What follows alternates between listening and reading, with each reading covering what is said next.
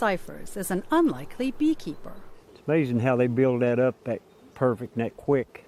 After leaving the military, he worked in construction, then as a coal miner for 16 years. But when the mines shut down and jobs went away, he traded in his hard hat for a beekeeping veil. A lot of times underground you're working in water and dark conditions, and at times it's miserable. This is not miserable. This is a really enjoyable job. I'm paying off a lot of my bills that we've had in the past that's built up over the years, and able to do things for my grandbabies and my family. See, here's the queen. See how much bigger she is?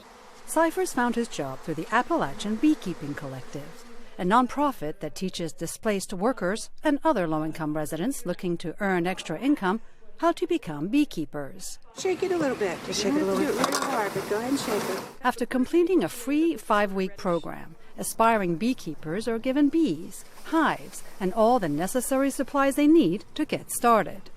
Expert beekeeper Mark Lilly is an educator with the collective. In my previous job, I traveled a lot of these areas. So for the past 30 years, I've watched them slowly die. So you see the people now have like hopelessness. So if we can teach a family to maybe generate $3,000 to $5,000 of additional income, if you're only making $30,000, that's a huge improvement in your lifestyle. Just trying to get away from them. Veteran Mike Davis has discovered the many other benefits of beekeeping. It gives you something to look forward to on a daily basis. You're anticipating the growth of your hive. But I equate it even with my spiritual side. The bees are just not only calming, it's just like similar to dogs that other people have.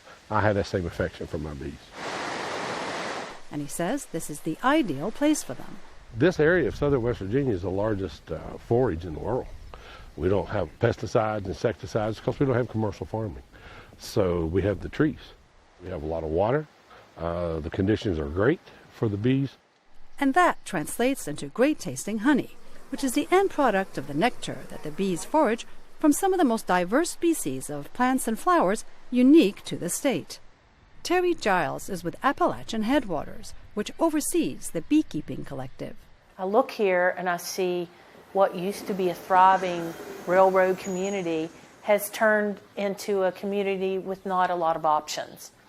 This beekeeping collective that we are sponsoring is giving people options, but better yet, it's giving people hope for the future.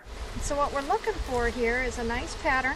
With an eye to that future, the Appalachian Beekeeping Collective plans to expand its program to reach the next generation of beekeepers so they can help West Virginia thrive once again, this time with a more environmentally sustainable commodity.